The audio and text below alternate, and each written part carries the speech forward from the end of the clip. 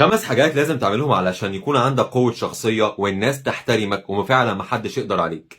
اللايك بتاعك هيساعدني كتير جدا، ما تبخلش عليا بيه، ويلا بينا نبدأ. اولا، اسمع اكتر ما بتتكلم. لما تلاقي حد قدامك وانت عمال بتتكلم كتير كتير كتير، ما تفتكرش تكون دي طريقه علشان تبهره بيها. لا، دي طريقه بتخليك انت ضعيف قدامه، كانك بتتكلم عن انجازاتك وعن نفسك، فانت بتبان قدامه ان انت عندك نقص. النقص ده انت مش عارف تعوضه غير بالكلام.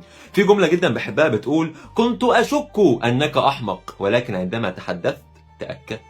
لما تسمع اكتر ما تتكلم، الشخص اللي قدامك هيحبك وهيحترمك، ولا وعيا عنده هيبدا ياخد عنك انطباع انك شخص ناضج وعاقل وبتعرف تحفظ كلامك.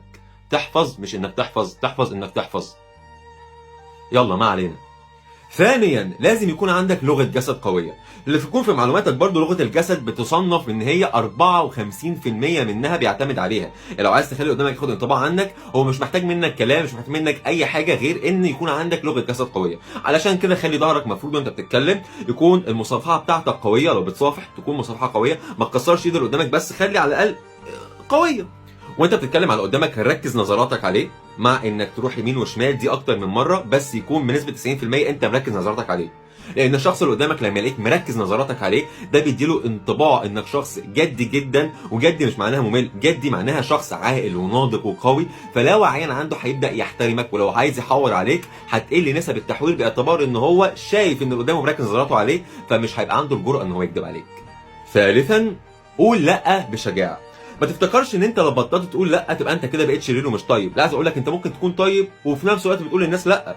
عايز اقول لك على حاجه، انت ما تقول للناس باستمرار ايوه وحاضر، كل طلوب منك حاضر حاضر حاضر، دي حاجه بتخليك ضعيف قدامهم. انت ممكن تبقى قوي وانت بتقول لا. يعني والله اكسر العاده دي جوه عقلك. لما تلاقي حد يطلب منك طلب وبيستغلك، قول لا.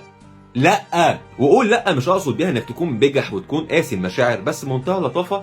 لا، لان خليني اقول لك ان انت لو فضلت تقول حاضر حاضر حاضر حاضر طول الوقت، دي حاجه مش هتخلي الناس تحبك وتحترمك. ممكن يحبوك ويألفوك، بس الاحترام بيكون للي دايما بيرفض، اللي دايما بيكون صعب المنال. يكون صعب المنال ده. رابعا، اخفي مشاعرك الداخليه. يعني اللي قدامك بيحاول يعصبك او ينرفزك او يستفزك، انت ايش عرفك؟ ممكن يكون هو اصلا مش قاصد الكلام اللي بيقوله لك، هو بس بيقوله علشان يجنك، علشان يشوف ضعفك من رد فعلك. وخليني اقول لك، في الذكاء الاجتماعي بيتقيم ان الواحد كلما اظهر مشاعره كلما كان ضعيف في نظر الناس اللي قدامه، وكلما اخفى مشاعره كلما كان قوي وغامض وكاريزما في نفسه قدام الناس اللي قدامه. وهنا مش بقولك تكون كئيب وتكون عابس الوجه لا، بس تكون كاريزما. يعني ما تكونش مفرط في اهتمامك، مفرط في مشاعرك، مفرط في ضحكك، مفرط في حزنك، مفرط في اكتئابك. خليك عندك فلكسبيليتي، مرونه. خامسا واخيرا، عبر عن ارائك. ما تبقاش قاعد ساكت وحد مثلا قال حاجه هي مش جايه على هواك وتقول خلاص ما انا كده كده هيفيد الكلام. اللي هيفيد اتكلم، قول لا، قول مش عاجبني الكلام اللي انت بتقوله ده.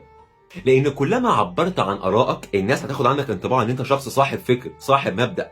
ولو جينا نعمل كده زي تجربة صغيرة، لو نختار ما بين 10 أشخاص ناس نثق فيهم ونتكلم معاهم ونحبهم ونهتم بيهم، هنختار الناس اللي بتعارضنا، الناس اللي دايما عندها وجهة نظر نقدر من خلالها نقول لهم احنا شايفين الحياة ازاي، فهم يقولوا لنا صح ولا غلط. صديقي، الناس مش بتدور على اللي بيطبل لهم، هم موجودين كتير. الناس بتدور على اللي بينتقدهم، اللي بيكون عندهم الرأي فعلا وعندهم مبدأ. كن منهم.